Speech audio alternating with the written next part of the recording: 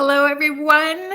Welcome to Beneath the Hollow Moon, where the folklore burns slow and the strange never fades. I'm Kerrilynn Shellhorn, and I'm here with my partner in high strangeness, Lorilei Potvin, and you are listening to us live on the United Public Radio Network and the UFO Paranormal Radio Network, 105.3 in the Gulf Coast and 107.7 FM in New Orleans. You can check all of the shows and hosts out at uprntalkradio.com. Find out more about all of the shows that we have to offer, the network has to offer. There is something for everyone. It's not all high strangeness and paranormal, and there are thousands of archived shows for you to access for your listening enjoyment. Tonight, Lorilei and I are counting down the 12 nights of high strangeness. So we are. I'm quite excited about it. And we are live on TikTok. Fabulous. Hello, TikTok. We're back finally. Hi, TikTok. Oh, I forgot to hit the go live. I knew I always forget something. Not the go live. We are live, but I mean the live chat is what I meant. So gotcha. Yes. Yeah, gotcha. So, are you buried in snow up there in Thunder Bay? No, but the coldness hit yesterday. It's pretty cold, and I was outside tonight before we went live, and it's winter's here. Yeah, it cooled off a lot today here. Are you buried in snow? Not buried. We have some, not buried though. Enough to know that it's happening. That winter. I'm really bad though. I normally have my Halloween decorations down. I don't. And I haven't got my Christmas up yet. Now the snow's here. I don't know if I'm going to be able to put my lights into the ground and stuff, but you wrap them around the Halloween. It can be a double dose. My granddaughter's all about that, right? We have a little bit of the Halloween creepy in with the holiday creepy. Well, I've been 3D printing up a storm. I've got so many Grinchy things I did, and then now I saw some really cool stuff with ghosties for Christmas. So I think that's the next thing I'm going to start doing, kind of creepier, ghosty, Christmassy type stuff. Mm-hmm. Love it. Mm-hmm. So should we say hi to everyone? Yeah, let's do that. I'm just checking it out here over on TikTok. People are popping in. Oh, I don't want to. Why is TikTok changing things? Now it's saying split view makes it easier to multitask. Well, I'm glad that you think so. I'm telling you, TikTok or not TikTok, I should say StreamYard. I'm getting mixed up here. The two of them, StreamYard should just leave things the way they were. They were good. Patsy Foister is asking if the bear is still around, Lorilei. You read my mind. I was going to say that. No, I started to, and then I got distracted. I have major squirrel brain this week, so you said you do too. So just forgive me. The bear, as soon as we got the first bigger snow, it disappeared. So I checked the community group on Facebook because it's a pretty large neighborhood, and people are all saying now that the bear is asleep, which means it is somewhere asleep, hibernating in our close vicinity. So I am very concerned actually in the spring when it wakes up, because bears are very hungry when they wake up, obviously. So that should be interesting. But I named him actually Clarence. I don't know why. So his name is Clarence. So hopefully he finds whatever he needs and he moves on, and it'll be a better bear year in the spring. We'll see. We'll all put our intention. If all of us are going to put our intention that the bear needs to move on, we're going to project our thoughts to the bear and lovingly encourage him for the next few months. We'll all put our energy into it and see if we can make it happen. He did not hurt anybody, as I talked about it incessantly, because I ran into him quite closely many times. He was just hungry. I understand that. I didn't want anything bad to happen to that bear. I just wanted to move on where he's safe and he has lots to eat and he's away from humans. Yes. All of that good stuff. All that good stuff. So there was a lot of bear attacks in BC. There was some in Ontario this year. And school children. Yeah, less than an hour away. That's why we were concerned. A black bear, lady gardening in the garden, her husband was having a nap on the couch. Had he not been home, she wouldn't have been here with us today. She was seriously, really badly injured. Like you said, children, a lot of people were getting attacked. That's why we were concerned. Mm-hmm. Yeah. So Let's say. Oh, I'm sorry. Astrolight Paranormal. I left you hanging there. So hi, Victoria, And Steve, Sam. and Maria, Kathy. Hello. And then we got the Wiz is in the house. Yeah. Hello, James. Patsy Forster, hello. Hi. Thank you for asking about the bear. Okay, so Angel, I think this is you because I seen Julie saying hi. I could be wrong, but I had an angel on my show on Monday night. So that if it's you, and I think it may be, he was very intriguing. And I told him after the show that people were saying, I've never had them say this before, can we just keep going and not start the next show after? Yeah, they're saying yes, it's me. Hi, Angel. That he was so intriguing. The stuff he was talking about, I had major squirrel brain that night too, because I was like, oh my gosh, I have so many questions, including, and I know we're going to talk about this, but very quickly, and I need to dig deeper into this. And Angel is coming on in the new year, you guys, I think at the end of March. He was talking about that he had been attacked by a pew-pew, somebody using a pew-pew. We're on YouTube and TikTok, so we have to be careful with that language. And with what was with him, and he does many spiritual things and things like that, that the actual injurious projectile, we will say, was stopped at his hand. A Matrix moment. There you go. There you go. So I need to know more about that. Definitely. A Matrix moment. Yes. There is no spoon. There you go. There is no spoon. Julie Jean Bassett, thank you for being here and hanging out with us. Yes, thank you. We'll give her a huge shout out quickly that it's this weekend, right, Julie? Beginner Animal Communication course coming up this weekend, Saturday and Sunday. And she's an incredible animal communicator, animal healer. She's worked with my animals. You've worked with her. Many people in the chat have. So you guys check her out. She's a pet medium, human medium, shamanic practitioner, animal things at juliejeanbassett.com, and Whitetail Shamanic Healing for the sorry, I can't even talk, shamanic practitioner. So the reason why I saw Angel, because I saw when Julie's thing came up and said, hi, Angel. Okay, hang on. I'm going through. Everybody's saying hi to Angel, which is nice. Thank you. You guys are always so nice to people that just pop in maybe for the first time in the audience. So thank you. Fiona Clark, thank you so much for being here. Mish is in the house. Good day. I was talking about you this week, Mish. It was all good, though. I promise. Mish is joining us from the future because she's in Australia. I always tell her because it's already Friday morning over there. So hang on. I'm scrolling. Everybody's talking. Oh, Angel, you said, I'm guessing, are you talking about a black bear or the winter storm? You said you had one in Alabama. Heidi Cole, hello. Thank you so much for being here. So we did get a submission for our Did we? Heidi sent. Oh, do you want to mention that? Because I've been mentioning on the Angel Rock. Do you want to do that while I get my act together here, highlighting names here? So give me a sec. Do you want to mention that? Sure. On Christmas Day, we are going to still have a show. It's landing on a Thursday. So December 25th, we will be live from 7 to 9. We are doing the Holiday Haunt Hotline.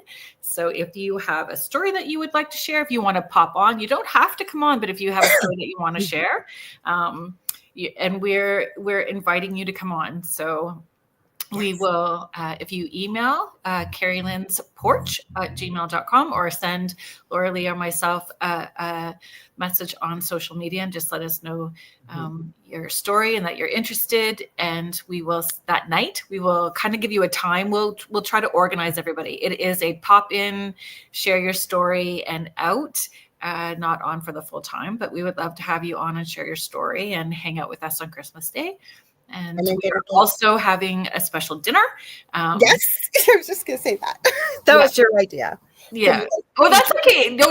Well, I mean, it's for us to celebrate and feel connected to Justin. So yeah, my son that passed away in January. For those of you that may not know, but join us. You don't have to have chicken nuggets and fries, but we will. What's that? But we will be. And we're going to be wearing jammies. So Yeah. grab all if you got new Christmas garb to get all cozy in or whatever, join us. We're going to have fun with that. And by the way, we are still looking. If you guys have tales of the strange or the unusual or the spooky, again, same email, or you can reach out to us on social media.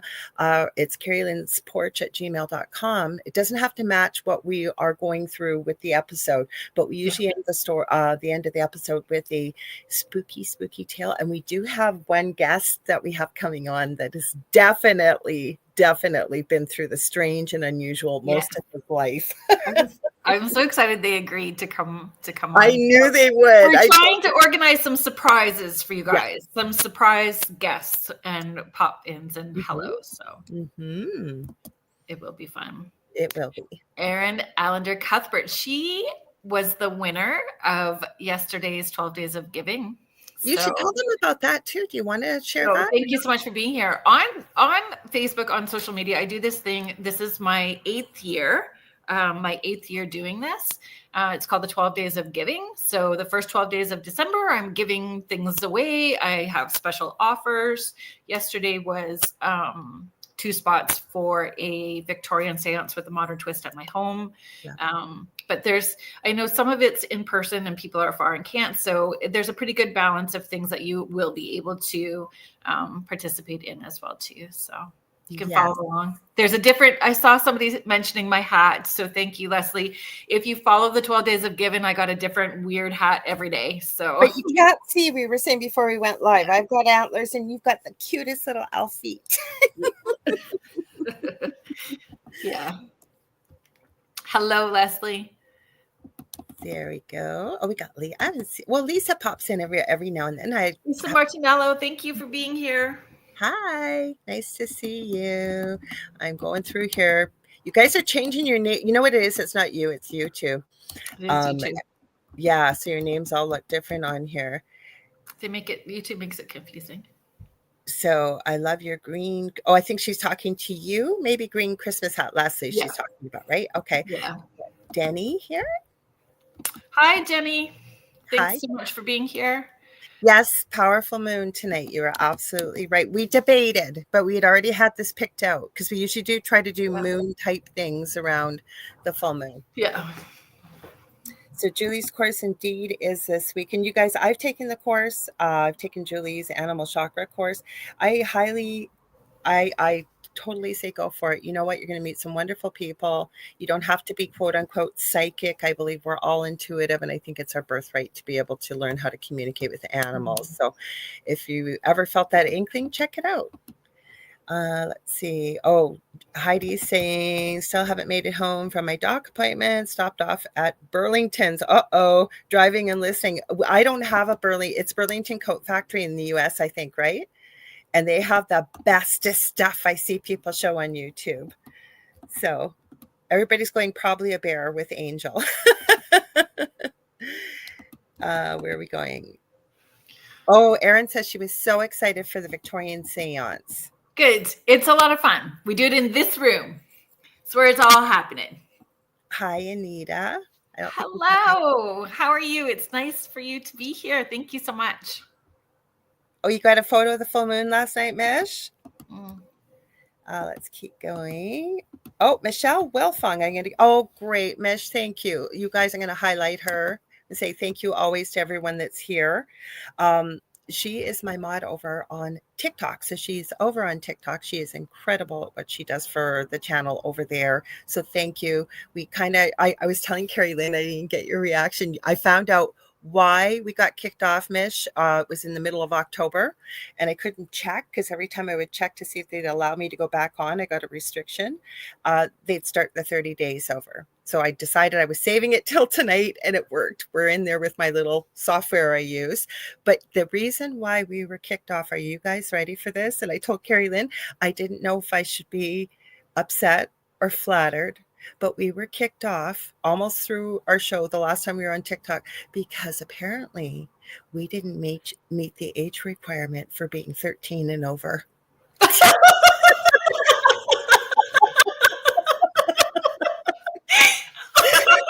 I appealed it, and they said still we couldn't see the date, your birth date. I even sent them stuff I can appeal, but you're open to appeal it again. All they had to do was open the video.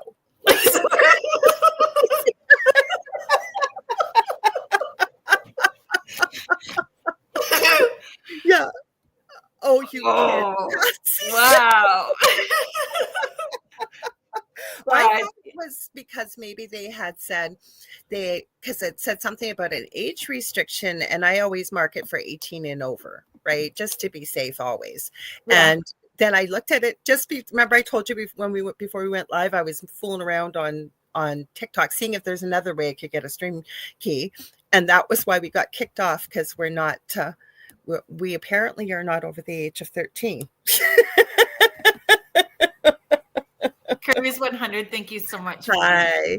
I'll pop over to TikTok just to see who's over there. Oh, Michelle, you're so sweet over there. Oh, I forgot to mention, you guys. How could I? Michelle has an amazing TikTok channel of her own, My Haunted Apartment. She shares all kinds of footage of her haunted apartment. So please check her out on TikTok too. So yes, so that was my big thing, that apparently we're not over 13.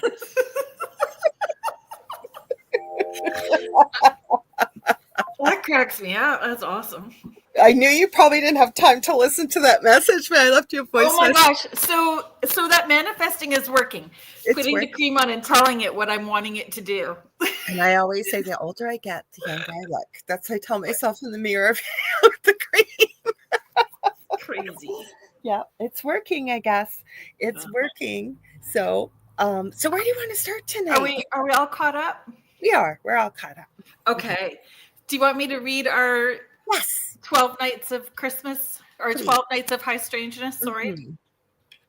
12 Nights of High Strangeness. We're going to read a poem, folks.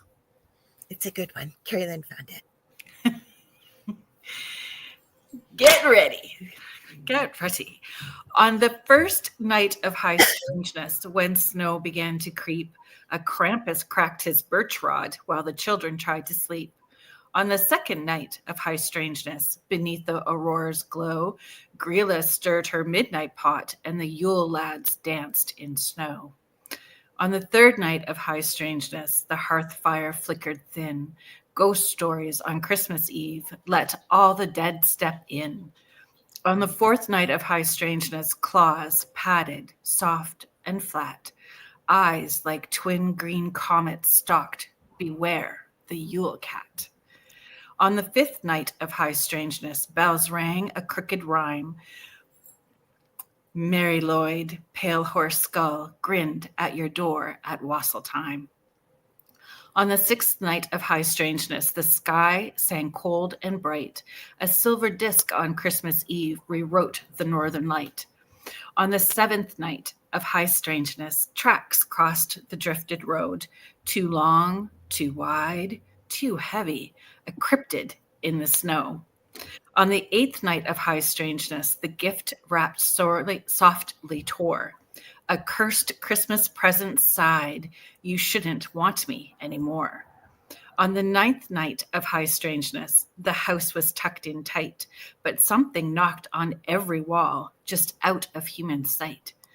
On the ninth night of high strangeness, the carol slipped off key, shadows sang the harmony in 3s and 13s, off beat, off free. On the 11th night of high strangeness, the mistletoe turned black, and every mirror in the house showed someone standing at your back. On the 12th night of high strangeness, when all the worlds align, the Krampus, Grilla, Yule Cat 2 joined hands in crooked time.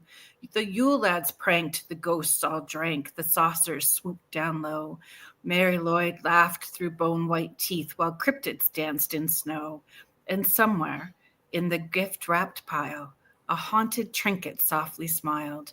12 nights of weird midwinter cheer. Until next year, we'll meet right here. That was awesome. That was awesome. I love it. So we're going to do the 12 nights of high strangeness. So we just thought it'd be fun to kind of make a play off of the 12 days of Christmas, and we will talk about the things that we talked about in the poem.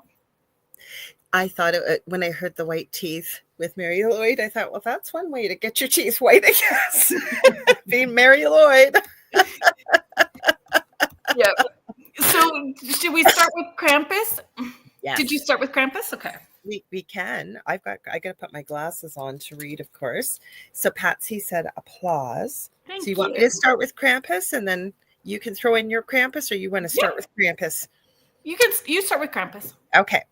We'll see. So I was always under the assumption that Krampus, or as we may show you a video, Krampus, I was informed.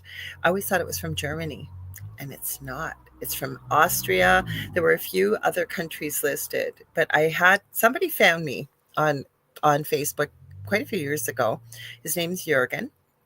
Very nice gentleman. I haven't talked to him in a long time, and he's into the paranormal and stuff. And I think I must have been talking about Krampus on one of my shows, because he messaged me and he said, he calls me Lorilei, because my name, actually, I'm not German, but my name is from the German mythology about the Lorelei's. And he said, you say it wrong. It is not Krampus. It is Krampus. And told me that they don't look at him as being evil, but I will read what I have here. It says, Alpine Folklore's Christmas Demon. Oh, actually, I got the countries right here. That's where I read it.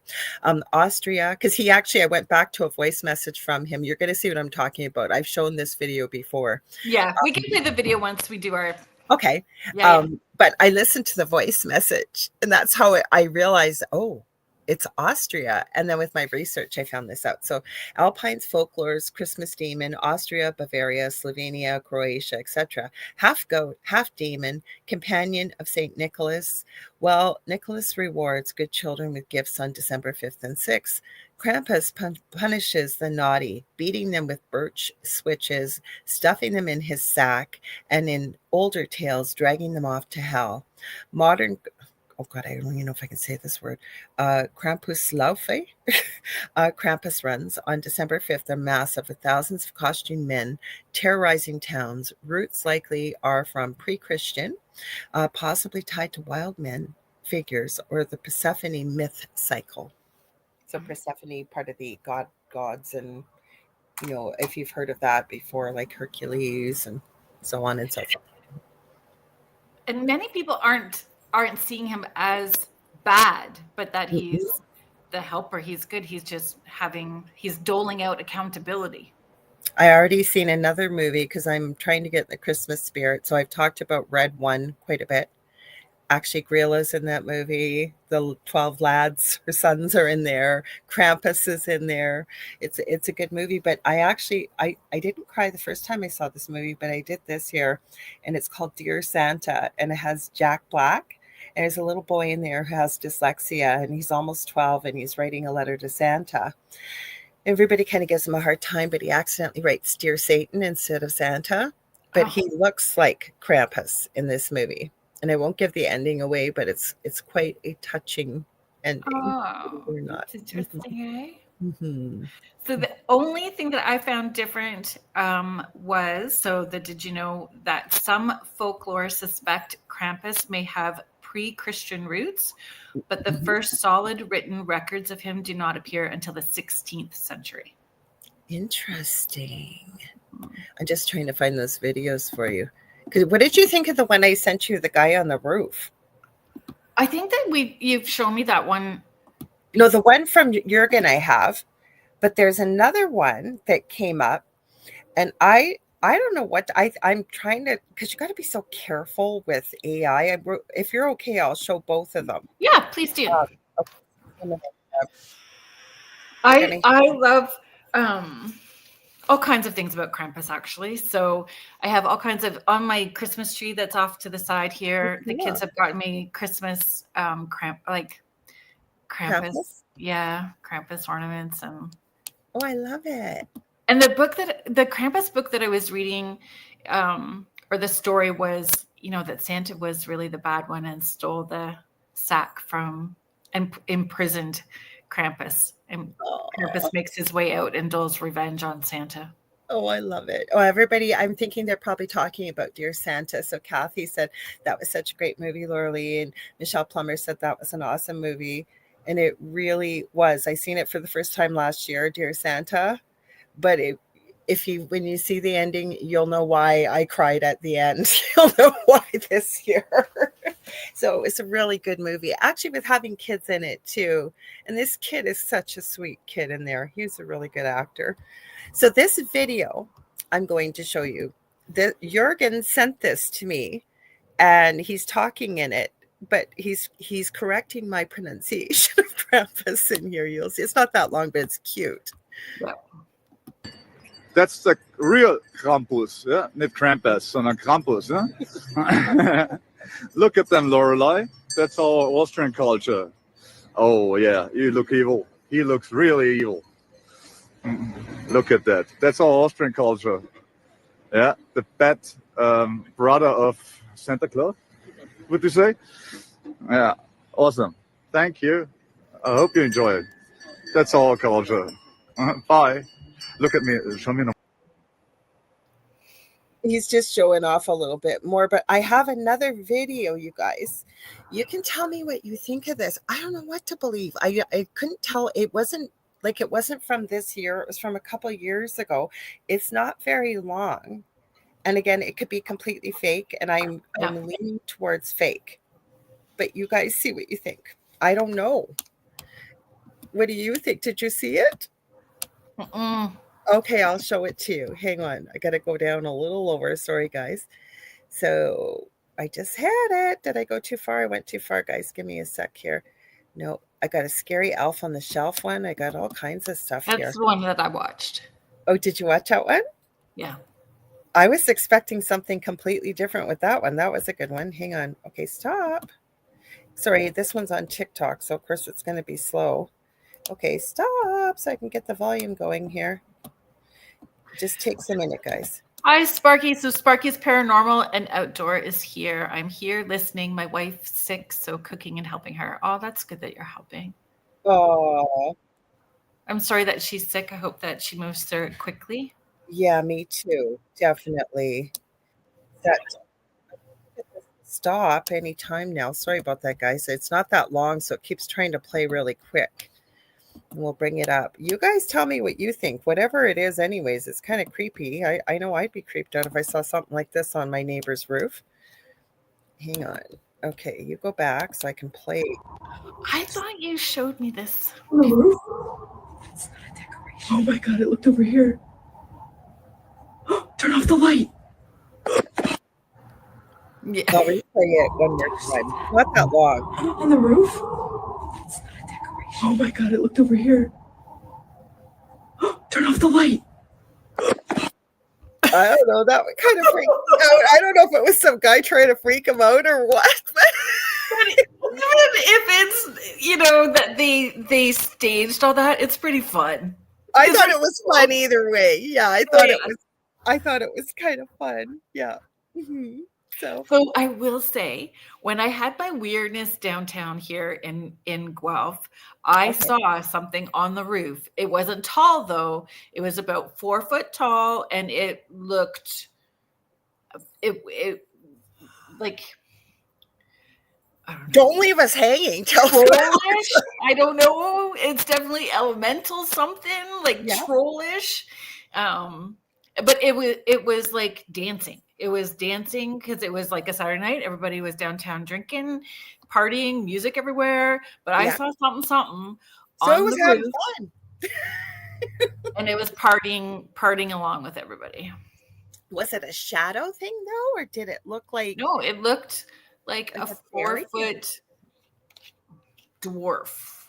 Oh, Looking elemental dwarf, but different. I don't know.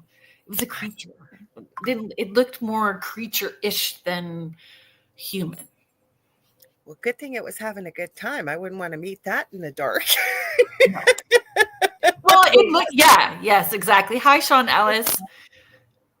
Yeah, I wouldn't want to meet that in the dark if it wasn't having a good time. No. Okay, you guys, we're sorry, we're not going to spend a lot of time. We could do a show. We both said this on each one of these topics. Well, talk I about? think I think we're going to. Like, we do have some, going to talk about some of them. We just thought we'd do a countdown and give you snippets, and might be review for some and preview. Heidi has a question about your dude. Did it look as though it had clothes on? No, it did not. Please tell me it didn't have a schlong swinging in the wind. No. Good. That would have been really bad. But, we've all seen it, so, it wouldn't have been shocking. But, you know what I mean? Like, I'm just thinking something dancing up on the roof 4 feet. I suppose. I don't know. Androgynous, but I'm saying I don't know. I imagine that wouldn't be the first place I would look, or anybody else, if you see something like that on the roof that you're not for sure drinking and dancing. Yeah, Heidi said thank you for answering that. So where do you want to go next? Oh, we're on to Grilla and the Yule lads. Okay, you go with that one then, because I gotta see. I got her in here somewhere, but go ahead. So, did you know Grilla, the Icelandic ogress, is said to cook naughty children in a giant cauldron, and that in some tales she has 3 husbands and dozens of offspring? Ooh, she's a busy lady. Yes. Did you know there's 13 Yule lads, each with a specific prankster specialty, like spoon licker and door slammer? And in modern Iceland, they leave small gifts or rotten potatoes in children's shoes. And then there's the sausage stealer. You know who's going to go through these? I have, oh God, why did my brain just go completely blank? I can see her in front of me. Oh God. Varla Ventura. I have her on at least every seasonal change, and she's coming on before Christmas. And she usually talks about the Yule lads, and some of them, the things they're named after, are just insane. And I mean, these stories were really meant to scare your kids and make sure that they behaved and came in at nighttime. It was like a safety thing. And is what it was about, but just to scare them into submission and behavior and good behavior. I forgot to do the quick, did you know? I'll do it on Krampus really quick. In 1934, did you know the Austrian government, under the fascist Dollfuss, it looks like, Dollfuss regime, no glasses, I'm looking, I've got dearer things on my head. Anyways, I'm going, where are my glasses? You can definitely tell I am over 13. It looked like you were dancing. A fascist Dollfuss regime officially banned Krampus cards and celebrations as degenerate paganism. Priests went house to house confiscating Krampus horns. And there's a 19th century Tyrolean tradition where Krampus would leave a single golden birch rod in the shoes of children who were almost bad, a warning that next year they were getting dragged away. That would certainly improve my behavior. Right? Definitely. Heidi says I'm next to the cemetery that has the vampire buried in it. That's like leaving us hanging. I think I need to know more. I just said that. That's like, I was starting to say, that's like leaving us hanging where you saw something on the roof about 4 feet tall. Yeah. So where do you want to go with that then? You got more? Do you want to talk a little bit more about Grilla or no? Do you have more on the Yule lads? I have more actually on the Yule cat is where I went. I think, do we get down? Yeah, the Yule cat's coming up. So well, I do, but I just know from previous things, they all had, like, there was really weird things, but it all seemed like you said the dish or pot liquor. The sausage stealer was the one that always got me. God, I seem like my brain is somewhere else tonight. I swear it isn't. It just always stuck with me because it was so ridiculous when you heard the explanations. They were all really weird stuff that had to mainly do with the kitchen, I remember, and around the house, and to cause mischief and a lot of unruly type things. Yeah. Oh, Carrie's here. Oh, hi, Carrie. Mm-hmm. Hi. I hope you're well. Mm-hmm. Did you have more? Did you have more in the Yule lads? Mm-mm. No. So that, like, you guys can look them up. It's mainly what it is, like you said, is to try, because we could have gone into so many. Like, I know if there's anybody that's of Italian heritage in the chat, that they have some type of witch, if I'm not mistaken. Like, we could have gone into Chris Kringle versus St. Nicholas versus, like, there's so many characters, right? Yeah. Oh, Lisa said she never heard about Krampus before. You're welcome. You're welcome. And they always look different. Like, I'm sure your tree has some really unique ornaments on there. Mm-hmm. And then Jeff Belanger wrote a book. Yeah. Yeah. He wrote the Krampus book. Well, it's about all of these like Christmas characters. Grila's in there, the Yule Cat, the Yule Lads. It's a beautiful book. It's like a keepsake book for sure. There's a red ribbon in it. And when I had him on Spirit Switchboard, he said, "Did you notice the ribbon?" And I just thought of it as a marker, but it's actually forked, like Krampus. Yes. Okay. So that's where Varla, I'm going to grab it. That's where Varla got her, because her and Jeff are really good friends. Yeah. With her plant book, her ribbon and where it lands. She's got a velvet ribbon. And it's on All Enchanted Plants, you guys, and it's got same publisher, but I remember you telling me about the forked ribbon. Heard of the Keanu? I'm sure it must be a typo. Yeah. Julie says never heard of the Keanus before either. As we said, there is no spoon. The Matrix. Yeah, our Keanu's lovely.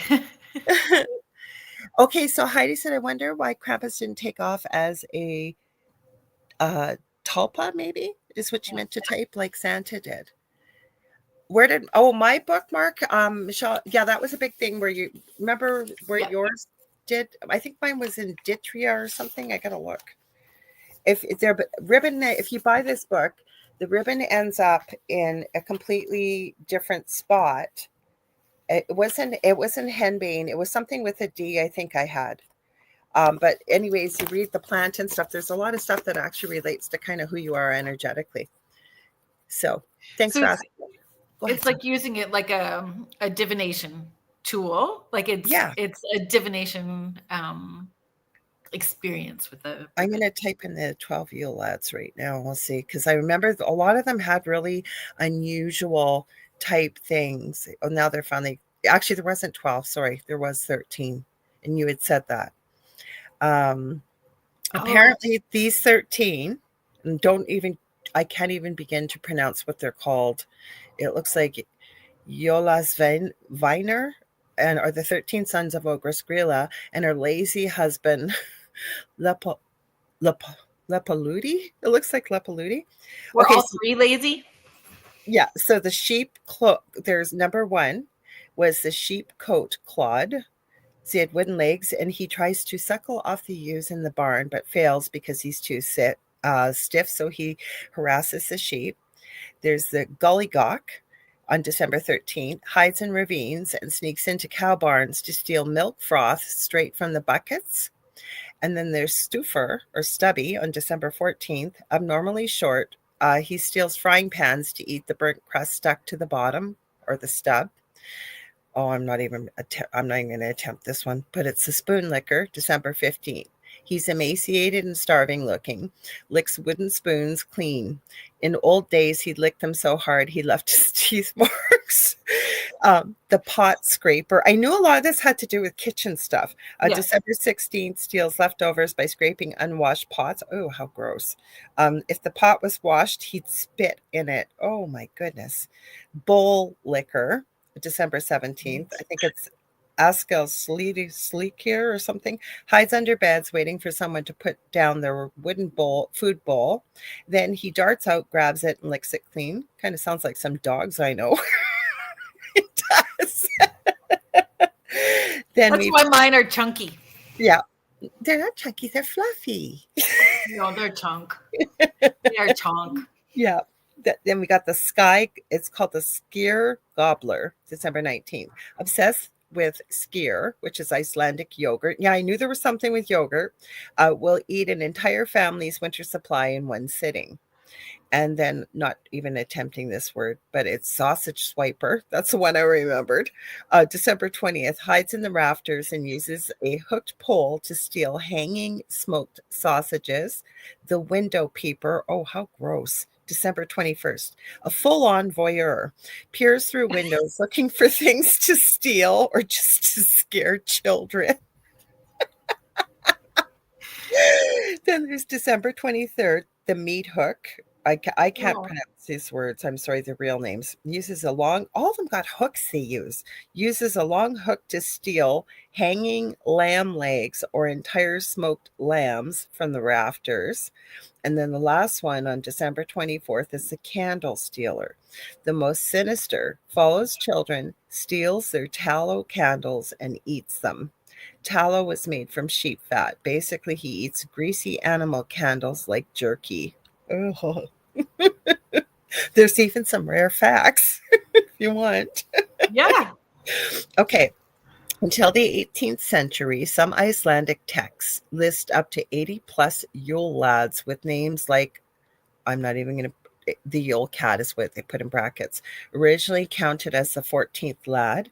In 1746, a public decree in Iceland officially banned parents from using the Yule lads and Grilla to scare children because kids were being traumatized so badly they refused to sleep for weeks. Two more short ones. Basically shorter. The modern quote-unquote nice versions, bringing gifts and shoes, only started in the 1920s to 30s when a poet named Johannes Kotlam rewrote them as mischievous Santa-like figures. Before that, they only harassed, stole, and terrified. Last one, some remote farms in the 19th century left food offerings outside for the lads, the way others did for trolls to stop them from breaking in. Mm-hmm. There's a new Trolls movie out. Trolls. Is there like a scary Trolls movie? Well, it's not scary, really. Oh, okay. The big news I learned today, Miley Cyrus is engaged. She apparently has been dating some guy. Well, the reason why I guess she's in the new Avatar movie and was promoting it. Oh, I didn't know that. Yeah, I didn't either. That was my big news today from TikTok. Mm-hmm. So. What did I drop on the floor? Oh, my glasses. Like I would have found these on the floor. Okay, who's next on our list? Christmas Eve ghost stories. Victorian Christmas Eve Victorian ghost stories. Okay. You want to go next? So, did you know that authors like M.R. James became famous for Christmas ghost tales, and the BBC turned his stories into a recurring TV strand, A Ghost Story for Christmas, aired on or near Christmas Eve? I have another. Well, I'll give you a little bit of facts about it. So a little bit of facts about, I got to go back here. Charles Dickens' The Ghosts of Christmas Eve, or A Christmas Carol, 1843, when it was written. Everyone knows the story, but the high strangeness angle of it all. Dickens was deeply influenced by Victorian folklore, fairy tales, and possibly mescaline experiments. The four ghosts, Marley, plus past, present, and yet to come or future, act as a classic shamanic initiation. Scrooge dies symbolically and is reborn. Some researchers think Dickens drew from Scandinavian and Germanic wild hunt and dead returning traditions. The book single-handedly reinvented Christmas as we know it. And there is one interesting, did you know I was going to share if that's okay? Of course. It says Dickens originally wanted to title the novella, so the Christmas Carol, he wanted to call it The Sledgehammer, and considered having Scrooge actually die and stay dead, and his publisher talked him out of it. Interesting. Mm-hmm. I wonder why he would want to call it The Sledgehammer. It sounds like he was imbibing in mescaline, so maybe he had something, I don't know, maybe something unusual pop up. Oh, apparently Labyrinth is a horror movie now. Lots of trolls.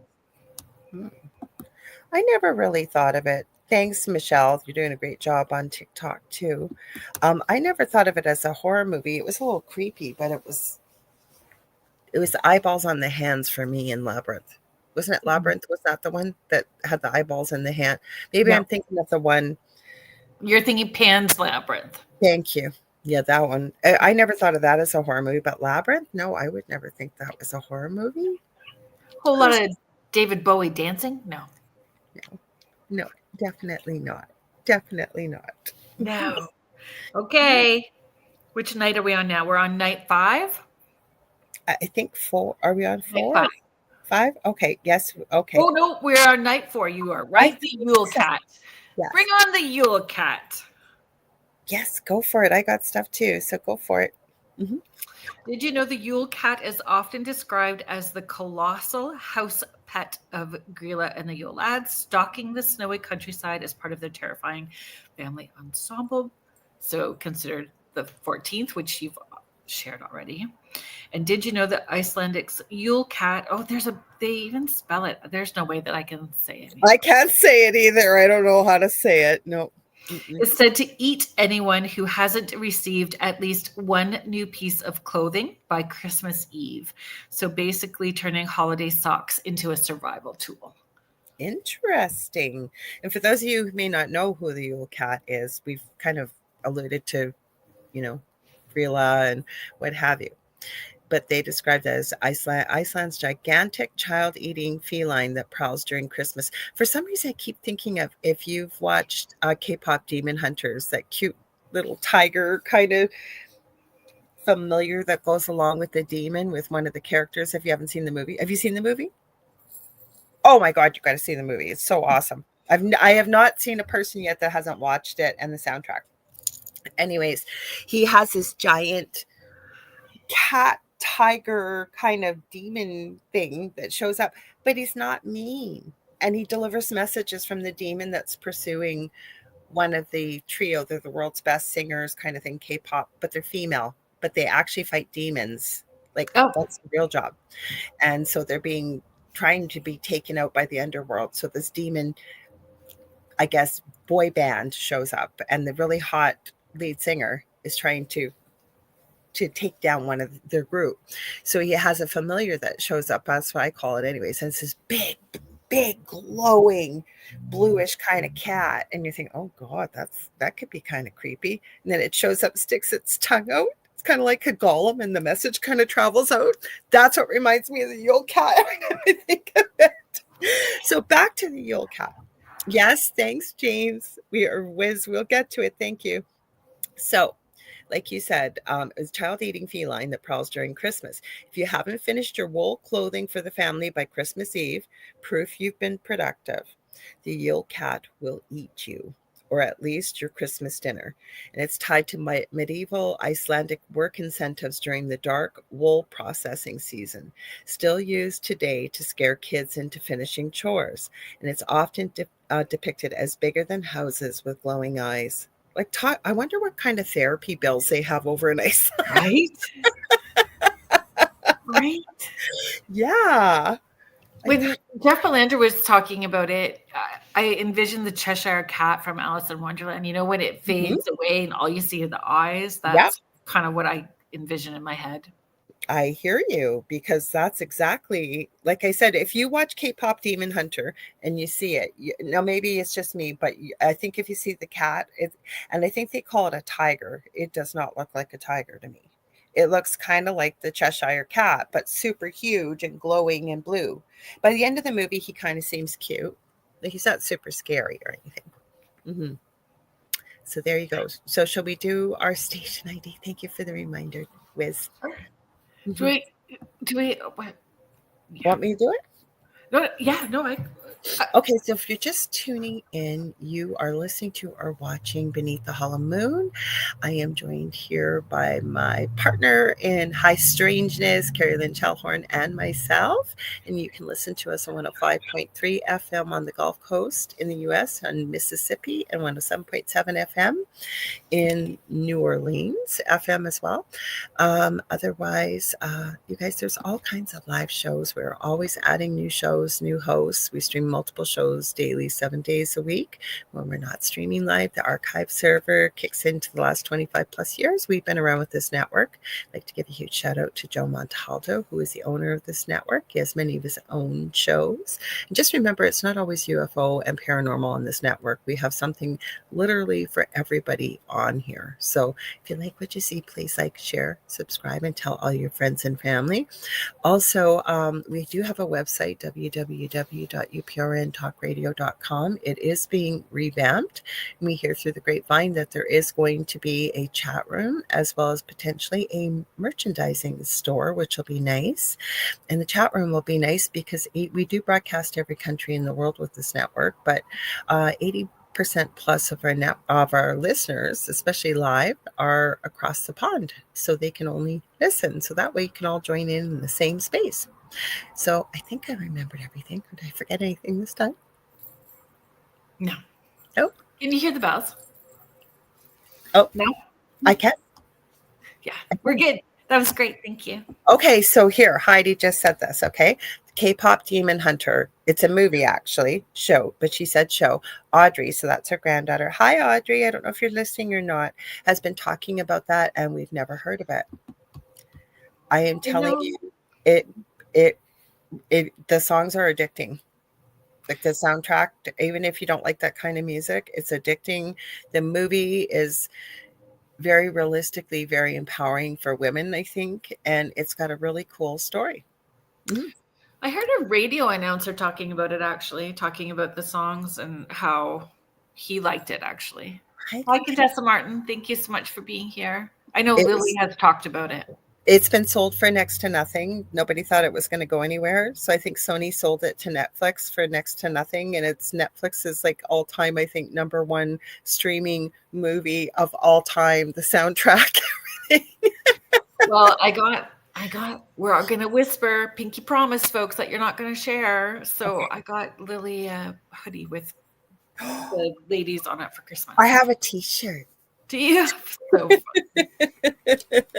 See, Contessa said too. Thanks for sharing, Sean. And Contessa said it's a good movie. She's seen it too. Adults and kids. Like it's one of those movies everybody could enjoy. Mm-hmm. Definitely. So where are we going next? We're night 5 on our countdown. The Mary Lloyd. Yes. I never heard of Mary Lloyd till it was probably about a month or so ago, maybe, when I first heard it. Oh. So you want me to share what I have and then you want to join in, or how do you want to do that? Yeah, you can share. Okay, so Mary Lloyd, and I wasn't sure how to say it originally. We were talking about this before we went live. Yeah. I actually had Google Translate because I believe it's Welsh. And it's spelled MARILWYD. And so it says Welsh in quotations gray mare, but it's actually Mary, Mary, Lloyd. It's the way it was pronounced in Welsh. So Mary Lloyd is a gray mare or a horse skull on a pole decorated with ribbons and bottles for eyes, carried door to door in midwinter, especially New Year's. The Mary and her group engage in a rap battle, is the way they put it down, a rap battle in rhyme. I can't say the word. Maybe you can. PWNCO is what it's called. I have poetic insult battle. I like that much better. Okay. With the household. And if the house loses, they must let the creepy horse corpse, reminds me of The Godfather for some reason, in for drinks and food. Pre-Christian horse worship and wassailing and ancestor spirit visitation is still practiced in Wales today. So do you have something interesting, did you know, or anything to add to that? I don't. It's all the same. Just that it's a rhyme duel, and I think that's I have some did you knows. Yeah. It says in the 1840s, some Glamorgan villages used a real horse's head that had been buried for a year so the flesh would rot off, called a stinking Mary. Oh, that's gross. And then the Punko, I guess, verses sometimes got extremely obscene. One surviving 1890s transcript has the Mary threatening to go #1, we'll say, in your porridge, if not let in. Oh. Mm-hmm. Mm-hmm. Dear. Oh, dear. Yes. Mm-hmm. There you go. Wow. Hello, Felix Fisher. Thank you for joining us. Hi, Felix. There you go. Hi, Felix. Hi. It's Okay, where are we in our countdown? Oh, I just lost our countdown. Where did it go here? There we go. I hope you're doing well. So, night 6, UFO on Christmas Eve. Ooh. Did you know that modern UFO reports often spike around Christmas, with people posting about strange lights and asking, was it Santa? Including Christmas Eve cases in Belgium, Texas, and elsewhere. Interesting. And we did do a show on this. Was it last week? I think we did on UFOs. So I was surprised how many there were around Christmas. Yeah. So I have on December 26th, which is the day after the first, it's 1980, the day after the first Rendlesham Forest incident over in the UK. The same RAF Bentwaters base recorded a radar track of something doing 180-degree turns at Mach 8 over the North Sea. It's still classified, they say. And then the second one I have is in the 1642 Christmas UFO over Boston, Massachusetts, described by Governor John Winthrop, was seen by hundreds and described as a great light that flamed and danced over the Charles River for hours.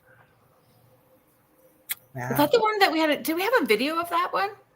I think this one was from 1642, but I think we talked about it, but we've seen stuff like that last week. I thought it was Massachusetts, or was it? There was one in New Jersey that we had lights. Lights over New Jersey. I had so many videos last week. Yeah. Okay, where are we going next? Anytime you want a video break, we can pull up the creepy. Oh, I know where we're going to pull it up. Never mind. I just remember. Cryptid in the Snow is where we're pulling one up. And we're also pulling one up. I was thinking, where are we going to pull the elf on the shelf? Now I know where. Yeah. Yes. Okay, where are we going next? Cryptid in the Snow, night 7. Did you know that the Yeti, or abominable snowman, is rooted in Himalayan folklore, where the large, mysterious footprints in high-altitude snow have been reported by climbers and locals for decades? There is a whole Josh Gates found a track when he was there.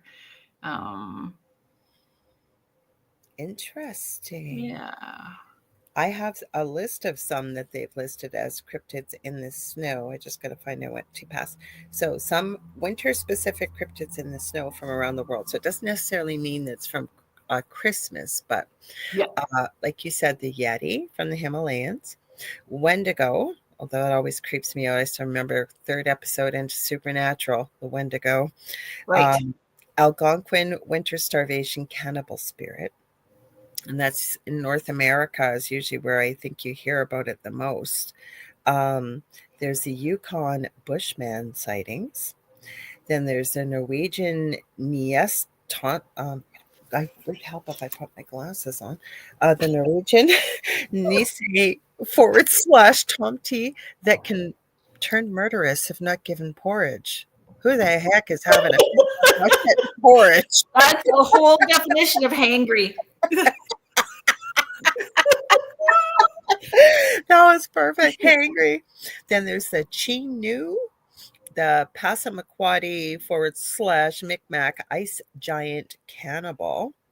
And then recent uptick in North American Bigfoot sightings in snow. There's clear tracks in the snow. I'm trying to see because I have some did you know. I have 2 did you knows if you want. Yeah. 1924, prospectors by Canada's Thelon River, I have no idea where that is in Canada, even though we're Canadian, claimed to have been stalked by 14-foot tall white ice giants that left no tracks because, it's making me think of Game of Thrones, white ice giants that left no tracks because they walked on all fours when close, and they were described identically to the Micmac Chinu tribes.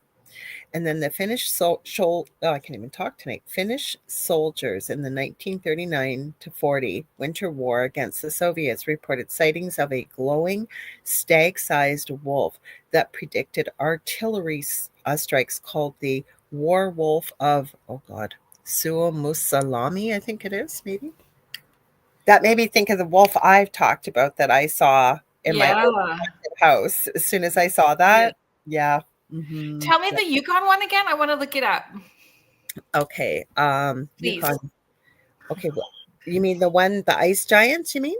Is it the ice giants in the Yukon? Oh, you mean like the info I gave you? The did you know? Because I got. Did you know?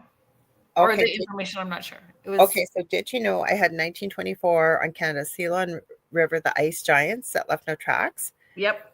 And then the finish. Now I got to go back to my did you knows here, or my other one. Hang on, give me a sec here. I went to write down the word and I missed it. Yeah, give me a sec. I got to go back a bit further here. I'll find it. Just give me a sec. That was the one you sent, the Yukon Bushman sightings. Is that the one?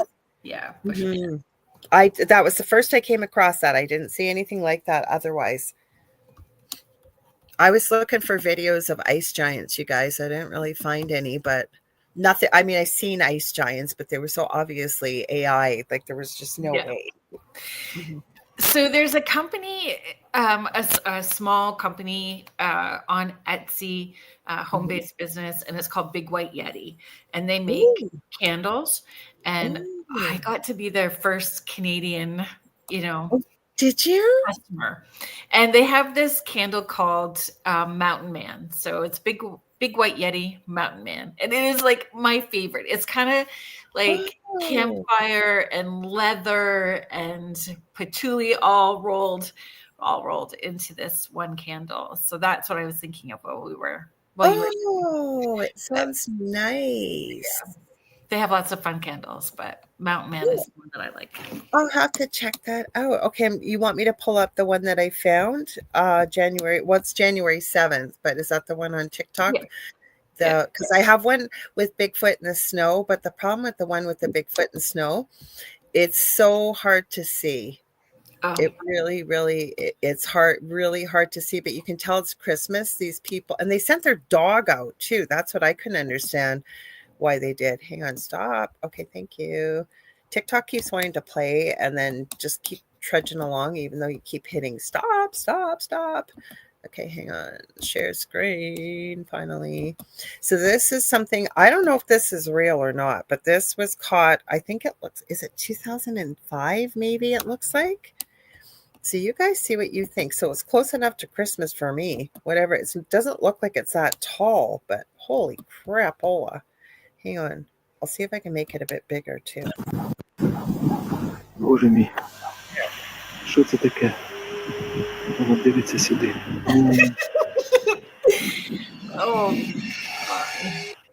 I don't know if it was a movie or what it was, making a movie in a foreign language, but it was still looked pretty real to me with the little countdown on the side. It was pretty bad. It looks like it's going to put the star on the top of the tree.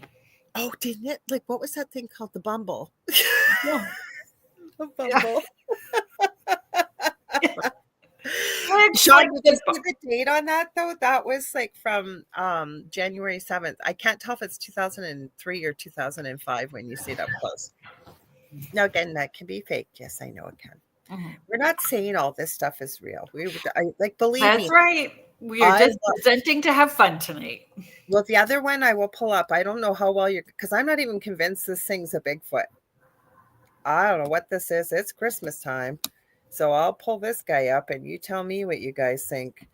I just couldn't believe that they sent their darn dog out there in this. I was like, seriously, dudes. I would not be sending my dog out if I didn't know what was in the yard personally myself. No. And then the guys, you'll hear them say, whatever the dog's name is, no, you stay right there, or something to that effect. It'd be like I'd be screaming at my dog, go, get back here. Yes. Okay, hang on, we'll pull it up. Okay, are you going to show up here? Caught on camera. Okay, oh my God. Oh, I have seen this one before. Something's behind the garage. Oh no. Yeah, I've seen this one before. Have you? Yeah.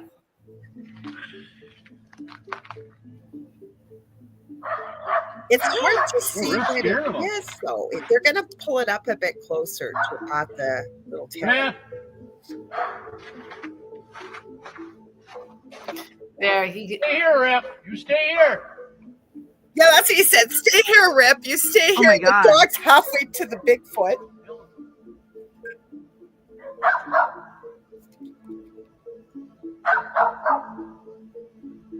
Yeah, I thought that was. It's interesting. Oh my It's God. interesting. We better get back inside. I think he pulls it up closer for you to see. Let me look at the Yeah. video. Like it looks almost like a spirit to me when you look at it. Not so much there, but in the woods. But then we get into those conversations. Is it frequency? Yeah, like look at it zoomed in. Like it. Cloaking? Those are big steps in moving Yeah, far quickly. but look at I don't know. Like I can see it better on my computer than I could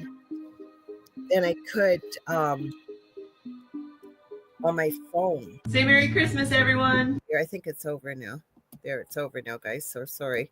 But yeah, so that was certainly a little creepy. What I like that video though. I find it interesting.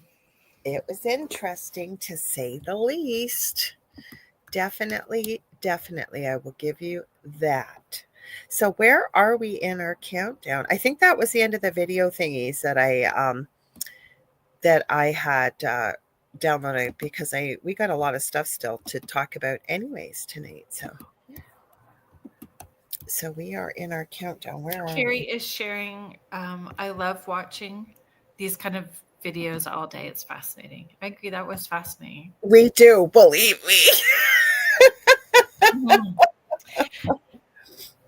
Okay, so we are down to on our countdown, night 8, cursed Christmas gifts. So did you know that cursed gifts are a staple of Gothic fiction? Stories like The Monkey's Paw center on presents that granted wishes, but twist them into tragedies, turning generosity into horror. And did you know that in real world superstition, some items are considered unlucky gifts? So mirrors are said in several traditions to invite evil spirits or bad luck if given improperly. I didn't know that giving a mirror improperly. How do you give a mirror properly? I don't know, covered maybe, warded. I don't know. Like my dad always taught me when I never knew this. I think I was living on my own and they gave me a knife for Christmas and he goes, yep. And I put a dime in there and I go, gee, thanks, Dad. He goes, don't you know this? And I go, what? And he goes, you never give a knife unless you put money in it. I don't know where he got that idea from. I knew that with wallets. I never thought about a knife. Like, and he said, like, I don't continue that tradition, but and my dad is of French descent. Well, his mother's from Belgium, but it will dissolve relationships, apparently, not putting in a knife. And shoes have a similar ability to dissolve relationships. If given shoes to someone during the holiday season, it's believed that the person who has received the gift will walk away from you. Oh, wow. Okay, so I have a couple gifts that were apparently, not all of them, and again, can't be proven. But of course, they said Robert the doll. We talked about them with the haunted dolls. They're saying Annabelle the Raggedy Ann doll in 1970 was given as a Christmas gift. The Mandy doll at Quesnel Museum, Canada. 19th century Victorian mourning dolls made with human hair had been given as Christmas gifts. Then we talked about the Japanese Ichimatsu Ningingu, I think it is, that allegedly grew real human hair. Lastly, I don't believe that was the Isla or La Isla de las Muñecas near Mexico City. That was the island. It says covered in the dolls to appease a drunk girl's spirit. So I don't believe that happened at Christmas. But I do have some did you know facts about haunted toys. So in 1972, a department store in Sunderland, England, accidentally sold 12 gollywog dolls that had been used as mourning dolls for stillborn babies. Parents reported their children speaking in 1920s slang overnight. Wow, that's all creepy, isn't it? And Sparky's saying it's copper or silver for a blade exchange. That was probably right, Sparky. Then that's what it's maybe where my dad got that from. And Contessa, oh my God, everybody gets socks at Christmas. Contessa, she goes, same with socks, like the shoes. Someone will walk away. So Wow. I found. What was that? Sorry. I was going to say I've got more too. I'll wait for you to Oh, finish. please go. Yeah, go for it. So That's awesome. a lot of times it's also superstitions around mortality. Yeah. Especially in Asian cultures, right? So given a clock or a watch as a gift is a bad idea, though to most Westerners, it's receiving a timepiece is good. But in China, clocks are seen as an unlucky gift since they are closely related to death. Not only does the clock itself represent the quick passage of time, but the Chinese word for clock is pronounced much like the word for death. The same holds true for the word for the number 4. So gifts that come in. I was just thinking that. Oh my God, I was just thinking that. Oh my God. So gifts that come in multiples are never given in sets of 4 in traditional Chinese culture. Well, that is also, but in a Japanese culture, I know because my ex-husband was Japanese. And I remember when I was pregnant with Justin, his sister was remarried and got pregnant almost at the same time. And she was having a C-section. I remember my ex-mother-in-law is no longer alive, but she was from Japan. And it was supposed to be done March the 4th. Justin was born on the 14th of March. And her mother asked her and begged her to change the date, like not to be born on the 4th because it's such an unlucky number, apparently in culture, like in Asian culture. There was something else you had said I was going to add. Well, we had chatted about this before, but I didn't really like look up any information, but I know, like, what if you bought a piece of jewelry, like antique jewelry that had a little something attached to it as well too, right? Like there's lots of people that have had jewelry that have attachments to them. Or I know people big time. Brought home secondhand or like antique piece of jewelry. Okay, so Mish is saying knives and money have always been a thing in her life over in Australia. So I'd never heard this before. And I remember telling my eldest son about this when he got his own house. I actually, maybe I did put money in there. If we look, that's what I was going to say. Thank you for this, Carrie, because it reminded me of something you said. And this something Spirit gave me years ago. And it's what we perceive becomes what we believe, and it becomes our reality. So you were talking about belief systems in one part of the world. I think it was with watches you had mentioned versus the Western world. And then Carrie said, if we look for dark meaning in everything, we would be wrecked by superstition. And she was right. Yeah. 9. Keep it going. Keep it going. On our countdown, 12 nights of high strangeness. So night 9, knocks in the walls, poltergeists. So did you know that in 1812, Welsh case nicknamed the poltergeist that stole Christmas involved a farmer who blamed a haunting, complete with disruptive noises, for failing to send his landlord his usual holiday geese. Ooh. Did you find that story too? Sorry? Did you find that story too? No, because my number 9 was a little bit different than I got from your list. Oh dear. That's okay. We can do yours too. No, because I have I think I had Lord of Misrule on holiday inversion, maybe. Oh. Yeah. That's okay. Saturnalia. So we can do both. We'll do both. Okay. So do you want me to? Okay, so what I'll explain then is Lord of Misrule and holiday inversion. And it says medieval and Renaissance tradition, mainly Britain and Europe, where a peasant or lower class person was crowned Lord of Misrule or Abbot of Unreason. That's really mean, actually, because it says from December 17th, Saturnalia echoes. So you'll have to look that up if you haven't heard of Saturnalia. We could do a whole show on Saturnalia. Or from December 17th or Christmas to the 12th night. Normal social order is flipped. Servants, it's not bad that it happened. It's just, it kind of doesn't seem like a nice title as Lord of Misrule or Abbot of Unreason. But what's supposed to happen is normal social order is flipped. Servants gave orders. Mock masses were held. Men dressed as women, etc. Universities and royal courts had official appointments. It was banned by the Puritans because they considered it to be too pagan and chaotic. And I think I do have some did you knows. Do you have some more did you knows while I'm looking it up? No. Oh, all I had was multiple historic Canadian poltergeist cases cluster in December. So reports of thrown objects, mysterious raps, noisy ghosts, and activities right in the heart of the holiday season. I personally feel that happens because everybody is thinking about their loved ones, good emotions, everyone's together. Yeah. When my son passed away, there was obvious signs that he had been around people that knew him. He was showing up. Now he's around, but not like these were obvious things that you couldn't mistake. But I was telling you a couple days ago, I think, that Stephen Nicole, who many of you know, my cat, has been going crazy outside of his bedroom.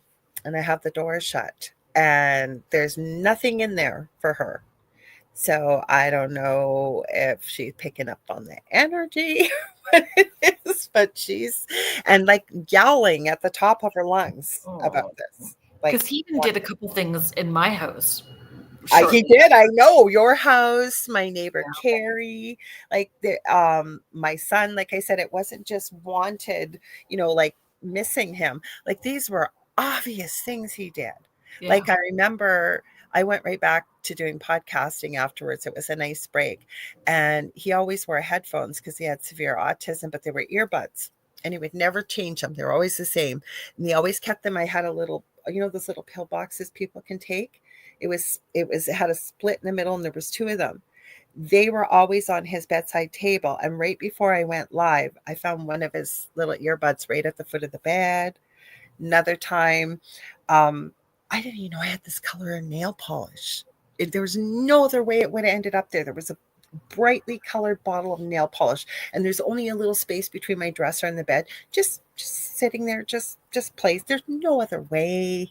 Like I could have you had stuff. Carrie next door said she was taking her Christmas tree apart. She goes, I know Justin loved Christmas. She goes, he must not want me to take the Christmas tree down because my son used to play with her younger son. And she said she saw the tree skirt and she was taking ornaments off and she turned to put them away. And she came back. She said, sitting right in the middle is this bright, shiny dime right on top of the tree skirt. Things like that. Okay. So our loved ones do join us during the holidays on special times in particular. And my grandma will leave white feathers on the stove. Oh, really? Specifically on the stove. Even if I'm cooking, if I turn my back and come back, it's a white feather on the stove. You know it's her, right? Aw, that's so beautiful. I love that. I do have some did you knows for Lord of Misrule. Okay. So at Lincoln's Inn, put your glasses on more so you can read. At Lincoln's Inn, it says in brackets, one of London's ancient law colleges. The official title is still King of Christmas. I like that better than the other title. And the student elected must legally rule the college for 24 hours on December 28th. This tradition remained unbroken still to this day since 1433. And then the other one is in 1637, a Puritan writer claimed the Scottish Abbot of Reason once ordered the entire town of Aberdeen, Scotland to walk backwards for a day. That would be funny. Oh my gosh, that would be hilarious. That's funny. That would be fun to do. Definitely. Okay, so what's next on the list, girl? So I have twisted carols. What do you have? I went with the list you gave me, so you're gonna have to go with that one then, because I don't have. I have. We did holiday tulpas, right? Did we do holiday tulpas and thought forms? I got from your list, and then the 12th night portal, and then let me see what else. There was something else in here. I think that's only. I had Christmas and New Year as a portal to see the future. Oh, so we're gonna show the video of the elf.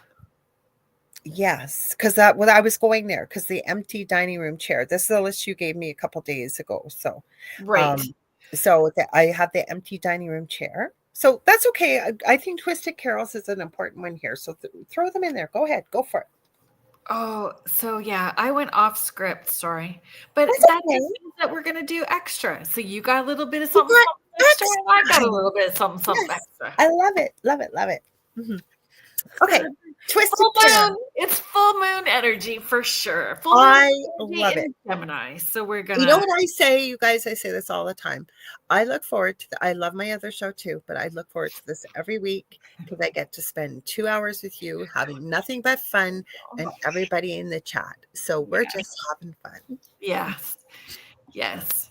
And it's me that went off the rails. So But that's okay then. We got more. We got more info to So share. I did Twisted Carol. So did you know that some beloved Christmas songs have surprisingly dark back stories? One carol Ooh. traces to a hymn about the massacre of children, and another was Ooh. popularized by um, the the German party. Okay. Okay, gotcha. Hmm. Starts with an N. Yes. Mhm.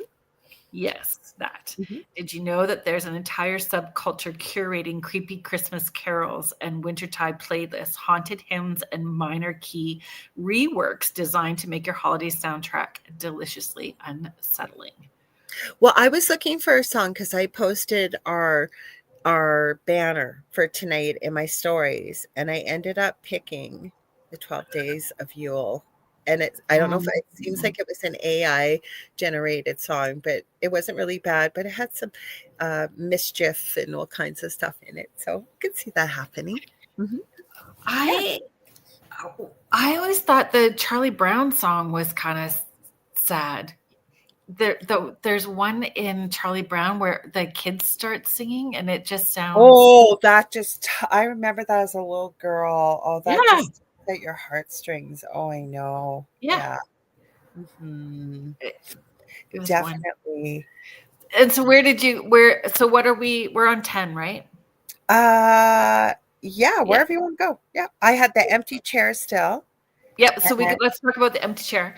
I always leave a chair out or set a table setting for my loved ones. well, we're doing that kind of Christmas night, and that was good that you did that because I don't think we don't do really big Christmas dinner. Usually my eldest son has Christmas Eve, and then my mother-in-law and my partner and I usually just go out somewhere for dinner. Nobody has to cook, right? Just go out and have a nice dinner. Hmm. Yeah. So I have for the empty chair glasses again, Laura, so you can read. Um, it's a widespread European custom, but I think it's around the world too, depending on, you know, what your customs and Yeah. beliefs are. But especially in Eastern Europe, Italy, Poland, and Portugal, of leaving an empty chair in place setting at the Christmas Eve dinner, Wiglia in Poland for the wandering stranger, the poor, or the dead. The other thing I do want to share just came to mind, and I'll finish this last little bit. There is a thing, I haven't seen it I think it's in one of my old emails, and it's called a mom for Christmas, or you could be a dad, and it has to do with the LGBTQ community for anybody who maybe has been disowned by their family. And you write a letter of love to somebody. Basically, you adopt them, not physically, but Yeah. as a letter, and then you set the table. I am telling you, I challenge anybody, if you look that up, to read that and not have your heart touched and be in tears. But I think the importance of it is honoring maybe people less fortunate, or mainly the people we love. And the last part I was going to read, it says, in some families, explicitly for deceased relatives who may return as spirits this one night of the year, ties to ancestor worship and belief that the dead visit during winter solstice. I don't know if I believe in that. I think it's more or less, because I will tell you, ever since my son died, I have a candle, not a real candle, but it's got a timer on it. So as soon as you turn it on, it stays lit for 8 hours. I always make sure that there's batteries, and it's always in the window. So you know, so there's a light in the window to come home. Hmm. Yeah. Hmm. I think I have some did you knows. Let me see. So Sparky is sharing family does come back for holidays or important Oh, things of our lives, like my VP of people running down my hall, talking and banging at my daughter's wedding. That's pretty cool. Thank you. Don't forget the thumbs up. Thank you so much. And subscribe. Contessa is sharing. Yes, we do that from both the Portuguese and the Polish sides. And Sparky is sharing. I normally put out a full plate for those that have passed. Friends and family. Yeah, I think it's important. I do have some did you knows. So in some Polish Highlander, it says Goral, maybe families, the empty place setting is turned face down and a black cloth is draped over the chair, explicitly so the dead relative can sit without being seen by the living. I'm sorry, Felix. Taking your shoes back. And then the other one is Portuguese families in the Azores sometimes leave a lit candle on the empty chair that is never allowed to go out until dawn. If it does, someone in the family will die that year. But Felix, what if you put could a coin go in it? Yeah, I think can't you put a coin in that? Gold or silver? And I think it's if you believe in that, because I'll tell you, there's some shoes over the years that I've gotten like that, especially like basketball leather high tops or something over the years as a teenager. There's no way I would send those things back. I'm just thinking that I got gifted shoes once. And then walked away. So Contessa says, yes, you did that. I am Azorian. So with the candle being placed on the tree. Thanks for sharing that. Yeah, I think it's, again, what you perceive becomes what you believe, and it becomes your reality. So if you believe that, then we make it so, right? So yeah. If someone really wants the shoes. Sorry, go ahead. Sparky was sharing, important for anyone doing this, leaving a drink out, food out for those in spirit. You must throw it out or put it in the ground. Do not let anyone eat or drink anything that is left out for those meant in spirit. Okay. So where are we on our list? We're doing pretty good, you know. We've been staying right on time. I know. We're doing really well. Because we were going to try and split this, you guys, like 6 and 6, but we ran out of all the subjects you wanted to talk about, so we squeezed it in. Yes. Okay. So on 9/11, I have mistletoe and mirrors, but I know that I went off the rails. So, well, share. Go ahead, share. So did you know that mistletoe was sacred to Celtic Druids and later linked to the Norse god Balder, whose death by a mistletoe weapon turned the plant into a symbol of both doom and peace, eventually morphing into our kiss for goodwill custom. Have you ever been kissed underneath a mistletoe? Yes. I have not. Did you know that mirrors have long been treated as spirit gateways? Yes, we do. We know Many that. traditions say that they can trap souls or show what shouldn't be there. And breaking one famously brings 7 years of bad luck or even attracts vengeful spirits. I don't believe that. But I did when I did it because I was a teenager, and I remember I never perseverated on it, but I would remember every time something went wrong. And it's because I broke that mirror. I just get along with my day. I don't believe it anymore. I have since broken a mirror, but as a teenager, right? Especially if your parents believed in that kind of stuff and told you that. Same as the old saying, has nothing to do with Christmas, but don't you ever remember hearing if you swallowed watermelon seeds that they grow in your stomach and you'd start growing watermelons? No, I've heard or gum, same thing, gum. Not watermelons that wouldn't grow, but it would never go away. That's actually true in a way. People, that has happened to people in surgery. What? No, thank you. Sparky, you're triggering so Sparky was sharing ceremony for Druids is to harvest mistletoe with a golden blade, and it's caught in a virgin white cloth as it fell. So isn't there a story about mistletoe of a young girl needing to go get medicine or something like that, and she didn't have shoes, and her or is that something else? Am I thinking, am I I don't know. mixing up my stories? And her feet were cut. And so the following year where her feet bled is where the plants grew. And that is the story of. Oh, actually, I think I have heard that story. Something to that effect. You're right. Wasn't that with Holly, though? Like with the red Is it berries? Holly? Mm. Yeah. I said I might be mixing it up because, So Contessa says, so she's right there with me. She said, I remember I broke a mirror when I was young and it freaked me out for weeks. Oh. Mm-hmm. Mm-hmm. That is very later on in Jude, but that is why that is where the story came Yep. from. Okay. Mm-hmm. And then, so the only thing I think I have left on my list. What did you have for 11? I think so. Number 11, I had holiday tulpas and thought forms. Oh, which is where we can do our. I am sorry that I went off the rails. Where we can do our elf video. We would have ran out of stuff. No, we can do our elf video. Okay, so for holiday tulpas and thought forms, glasses, Laura. I keep thinking I got glasses on my head with these antlers. Okay, so holiday tulpas and thought forms. There's a theory that entities like Santa Claus, Krampus, and even the modern quote-unquote Slender Man are modern tulpas. Beliefs, beings brought into existence by collective belief. Victorian occultists, and it's in brackets Theosophy and Golden Dawn, believe Christmas amplifies thought forms because of worldwide focused emotion. Some claim the winter solstice energy, coupled with mass belief, creates temporary egregores that can manifest physically. For example, people swearing they saw Santa's sleigh. And I do have some did you knows.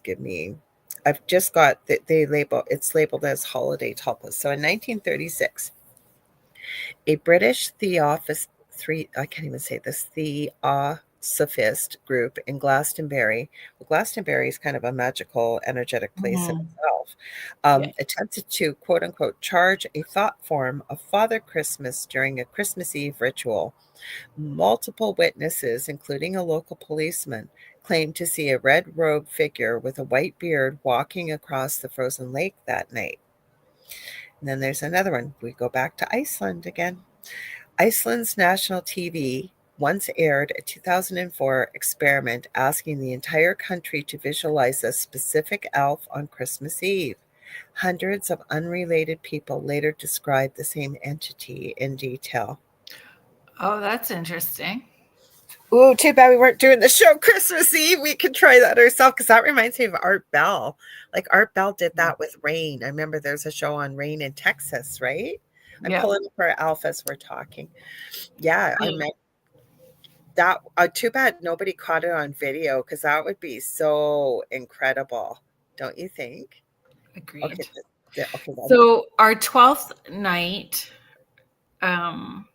Well, you're pulling up just while you're looking. Go for it. So the 12th night, so the liminal 12th night. Did you know that 12th night, it's actually January 5th in many traditions, used to be a huge blowout feast of fools with the Lord of Misrule presiding over. And then. Oh, seen as an oracle. That's where I was going. So the 12th night used as a portal or an oracle. So did you know historically 12th night was seen as the true end of Christmas and the liminal point where decorations had to come down. But people using Christmas Eve, Christmas Day, and New Year's Eve as portals for divination for the upcoming year. So seeing your future beloved. In Central and Eastern European folklore, Christmas Eve is treated as a magically charged night for love divination. There is hope for me yet, folks. One widespread charm says that a young woman can see her future beloved by setting a silent supper. So for two, no forks. And by sitting before a candlelight mirror at midnight and watching for a figure to appear behind her. Folklorists note that Christmas Eve and New Year's Eve are specifically named as these nights when a maiden can conjure up and see her future beloved. Ooh. I have two did you knows, or do you have more? I have There was one about on New Year's Eve, cutting your apple to read the star-shaped core for luck. Oh, okay. Okay, there you go. Okay, so I have in 18th century Cornwall, people believe that exactly midnight on the 12th night, fruit trees walked from one orchard to another, and farmers would fire shotguns into apple trees to quote unquote pin them in place. Interesting. The other one is the last documented British 12th night riot occurred in 1878 in St. Ives when mummers refused to stop guising after epiphany. Police had to be called from Penzance. So there you. I forget what mummers are. You know what those are. I know you've mentioned it before, haven't you? I forget. Do you guys remember in the chat? Because we talked about this. We did. What are mummers? I'm going to write this down. Because I remember talking about. Looked it up. Hang on, I just did. Yeah, I'm looking it up. Performers who traditionally wear costumes and masks to visit homes. You were quicker. Or participate in parades. Okay, you guys. We had a story, but we might run out of time. But do you want me to share the elf video or? Yeah, let's do the elf video. Okay, let's pull it forward. We can share this story another time. We got lots. Yeah, we'll just save it if you have to for next week, right? Okay, let's start it right at the beginning. What the fuck? Y'all need to stop doing this elf on a shelf crap. I have watched this clip like 20 times and I can't figure it out. I have no idea what I just saw. This mother's son was recording the elf to catch it move or whatever the case, and he caught this. All right. If anybody has any explanation, please put it in the comments.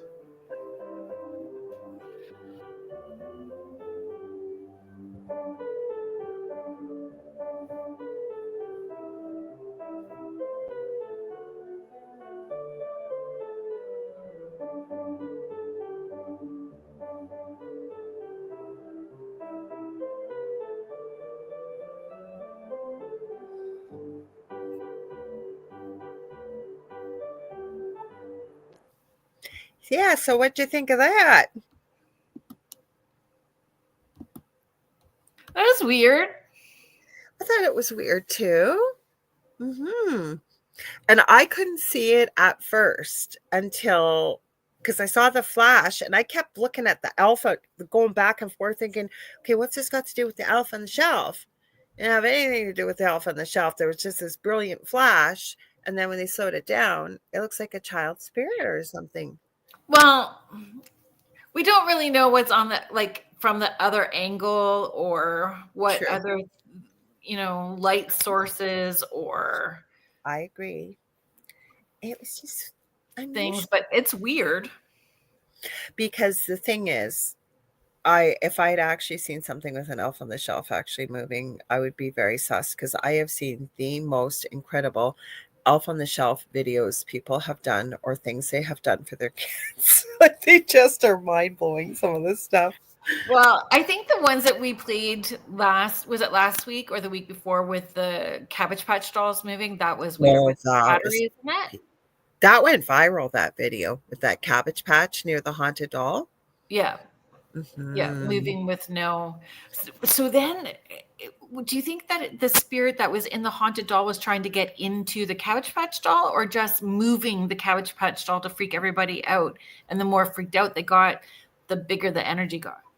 I say number two, that it wasn't necessarily trying to get into the doll. It just knew, I think, that people would notice this big bright doll with no batteries or anything, and then feeding off of the fear and the freaking outedness.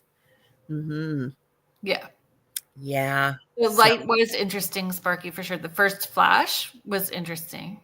Like I say, and when we show you these videos and we find them, it right away, and I know you're going to agree with me, I got a gazillion questions. Like, if I could talk to these people, I got a ton of questions. So we're just showing you what we know or what we've seen, and we're not saying they're real or not. You guys, we're just trying to have a conversation. Yeah, because like I say, in all reality, and I know this on air, off air, we would have so many questions if we could talk to the people that took the pictures. Like, Yeah. I got a lot of questions about that last one. Yeah. Like, what made you think to look more at the video? Like, what part of the frame? How did you know to catch that? Like, I got a lot of questions. Right? That's funny. Mm-hmm. Who do you have coming on the show on Monday? I have. How about you tell me what you got on tomorrow night? Because I think I looked it up. Oh, I know who I got. I got Kerrilynn Lorilei from Ethereal Oh. Adventures coming on. I knew I didn't have to look because I remembered. So she's coming on Monday, 6 p.m. on the Eastern Standard. Do you know what you guys are going to talk about?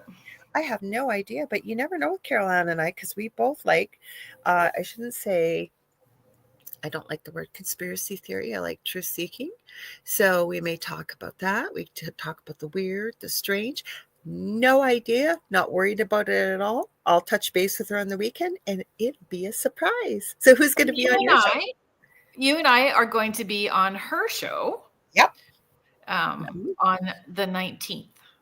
And we have been asked to be on another show that's not on this network. I have not got a confirmation yet. I will follow that up probably this weekend. But it's kind of nice, we said, that we're getting to do shows together. I'm liking that. Yes. I'm liking it. So tomorrow I have Brian Baker of Superstitious Times, and he is an author out of Toronto. His book Eerie Whispers is out. I think it debuted. It's his first book, came out in October, and it is all about Canada's reluctant relationship with its paranormal history. So he's got all kinds of paranormal stories, and how Canada is has this reluctant relationship with paranormal and paranormal stories. So interesting. He was on The Outer Realm with Michelle in October as well too. So if you enjoyed that conversation, please come back, and I encourage people to come tomorrow night at 6 p.m. Eastern, 6:10 p.m. Eastern. So, and speaking of The Outer Realm, that's who's going to be on after us starting about 9:10 p.m. Eastern Standard Time. Second night. Yeah, we all appreciate Michelle. She does so much for us. We sure do. Can I drop a bomb? So I did a pre-record yesterday. For December 26th. So on Boxing Day, Spirit Switchboard will be a pre-record show, which the last one I did was Jeff Belanger, like our first year of doing it. And so I was able to do a pre-record with Troy Taylor and talking about his new book that just came out, The Man from Beyond. So it's Houdini Amongst the Spirits. And it's all about Houdini and spiritualism, and it sounds so cool. It's seances. It's about everything that I love. I love Houdini, love seances, love the beginning of spiritualism. Did you say he was one of your bucket list guests? I think I seen the post. Was yes. Yeah, he was. He was a bucket list guest, and anyway, it just all worked out, and I was so excited. It was a great conversation. So I'm going to hang out in the chat, though, on Boxing Day, and I will watch it along with you guys. And he's a new guest. Like, it's not like it's a repeat. You just pre-recorded it. We pre-recorded it yesterday. Yeah, we pre-recorded it. So I'm very excited about that show for Boxing Day. Shall I take us out? Please do. Yeah. All righty. So don't forget, folks, send your true tales of the weird and unexplainable to Kerrilynn's porch at gmail.com, or message Lorilei or I through our socials. Your story could be the next one that we share on air. So Thursday nights at 7 p.m. Eastern on the United Public Radio Network and the UFO Paranormal Radio Network, 105.3 in the Gulf Coast and 107.7 FM in New Orleans. And until next time, keep your Christmas lights twinkling and your protections up, and remember, don't follow the whispers. And don't forget, if you got a Christmas spooky thingy that you want to join us for a few minutes on Christmas night, or you don't have to come on air, just even send it in. Same email, kerrylynsporch@gmail.com, or you can reach out to us on social media. Thanks, everyone. Thanks, everybody in the chat. Have a good one. Stay tuned for Michelle.